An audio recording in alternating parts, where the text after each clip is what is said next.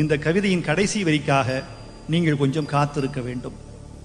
தயவு செய்து என்னை தொல்லை செய், தயவு செய்து என்னை கொள்ளையடி, கழுத்தடியில் ஒரு செல்லக்கடிகடி, கூந்தல் கலைத்து பூக்களை உதிர்த்து விடு, ஓடிப்பிடித்து என்னை உருக்குலைத்து போடு, குளித்து வரும் என்னை மீண்டும் அழுக்காக்கு, எதிர்பாரா இடத்தில் என்னை தீண்டு, எவ்வளவு இயலுமோ அவ்வளவு தழுவு, எங்கே என் உயிரென்று கண்டுபிடி, அதன் இடவலம் தொடு.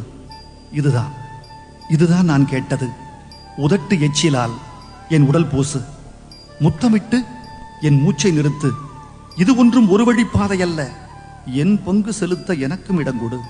அங்கங்கே பரவு, எலும்பின் மஜ்ஜைகளில் ஊடுருவு, மார்பகப் பள்ளத்தில் முகம் வைத்து மூச்சு விடு.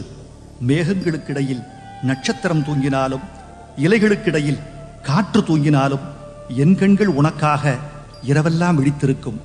உனக்கில்லாத உரிமையா? பூனையின் பாதம் பொருத்தி பொசுக்கென்று வந்து புடவை இழு.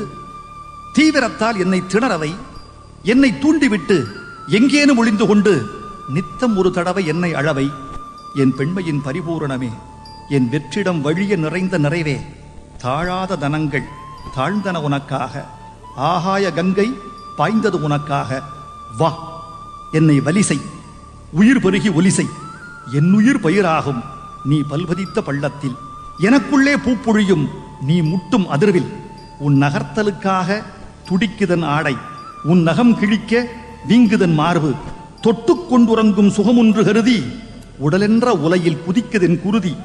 நீ தந்த சுகமெல்லாம் நெற்றியில் தீயெறியும் தியானத்தில் வந்ததில்லை, வில்லாய் விரைக்கும் கலவியில் கண்டதில்லை, பிரசவம் முடிந்த பெருமூச்சில் கொண்டதில்லை.